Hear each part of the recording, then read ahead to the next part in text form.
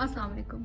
आज हम बात करेंगे जबरी गुमशुदगियों से मुतालिक। जहां पूरी दुनिया कानून की पासदारी और इंसाफ की फराहमी को यकीनी बनाने के लिए इस वक्त कोशा है, वहां अपने मुल्क में जबरी तौर पे अगवा, वो भी कानून नाफिज करने वाले इदारों की तरफ से सुन के बहुत हैरत होती है। बिना किसी FIR वारंट के लोगों को अगवा करना, फिर इनको कई रोज तक गायब रखना, अदालतों में पेश ना करना रोज का मामूल बनता जा रहा है। जिन्हें अगवा किया जाता है वो सिर्फ एक फर्द वाहिद का अगवा नहीं किया जाता, बल्कि इसके साथ जुड़े पूरे खानदान को आप यरगमाल बना लेते हैं। और हर किसी के पीछे एक अलग दास्तान है।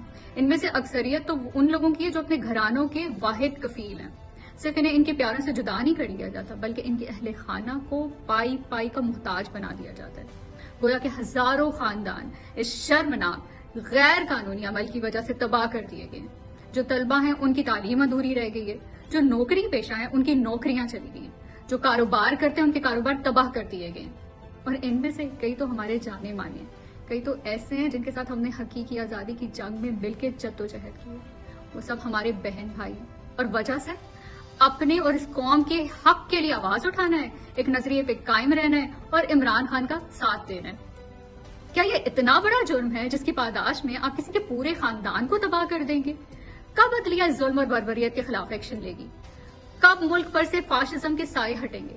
क्या कायदे आजम मोहम्मद अली जिन्ना ने ये सब इसलिए आजाद करके मुल्क दिया था कि हम करते रहें?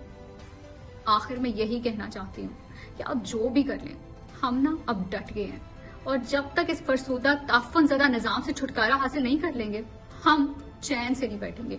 8 फरवरी को पूरी कौम निकलेगी, अपनी वोट की ताकत से इस जुल्म और बर्बरियत का बदला लेंगे और इस करप्ट माफिया की गंदी सियासत को हमेशा के लिए दफन कर देंगे। पाकिस्तान पाइंदाबाद और इमरान खान जिंदाबाद।